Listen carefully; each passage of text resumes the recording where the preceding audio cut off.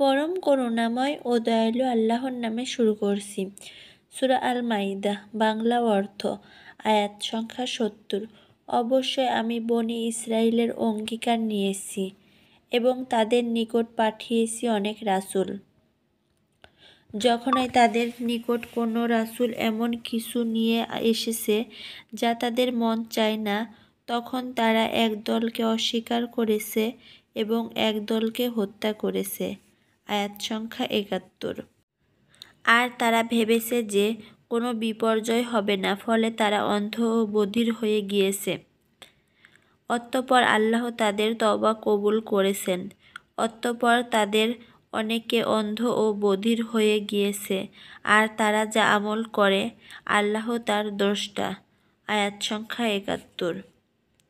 অবশ্যই তারা কুফরি করেছে, যারা বলেছে, নিশ্চয় আল্লাহ হচ্ছেন মারিয়াম পুত্র মাসীহ। আর মাসীহ বলেছেন, হে বনী ইসরাইল, তোমরা আমার রব ও তোমাদের রব আল্লাহর ইবাদত করো।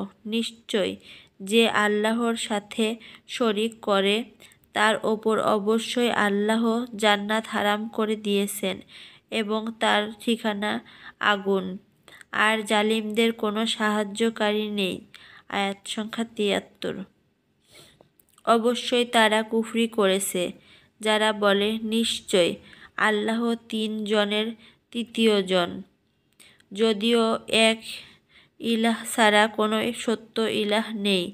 আর যদি তারা যা বলেছে তা থেকে বিরত না হয়, তবে অবশ্যই তাদের মধ্য থেকে কাফিরদেরকে যন্ত্রণাদায়ক আযাব স্পর্শ করবে। আয়াত সংখ্যা ৭৪। সুতরাং তারা কি আল্লাহর নিকট তওবা করবে না এবং তার নিকট ক্ষমা চাইবে না? আর আল্লাহ ক্ষমাশীল পরম দয়ালু। আয়াত সংখ্যা ৭৫।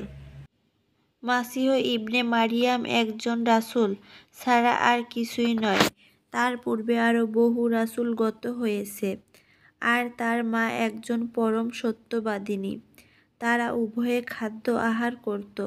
লক্ষ্য করো আমি কি রূপে তাদের নিকট প্রমাণসমূহ বর্ণনা করছি, আবার লক্ষ্য করো তারা উল্টা কোন দিকে যাচ্ছে।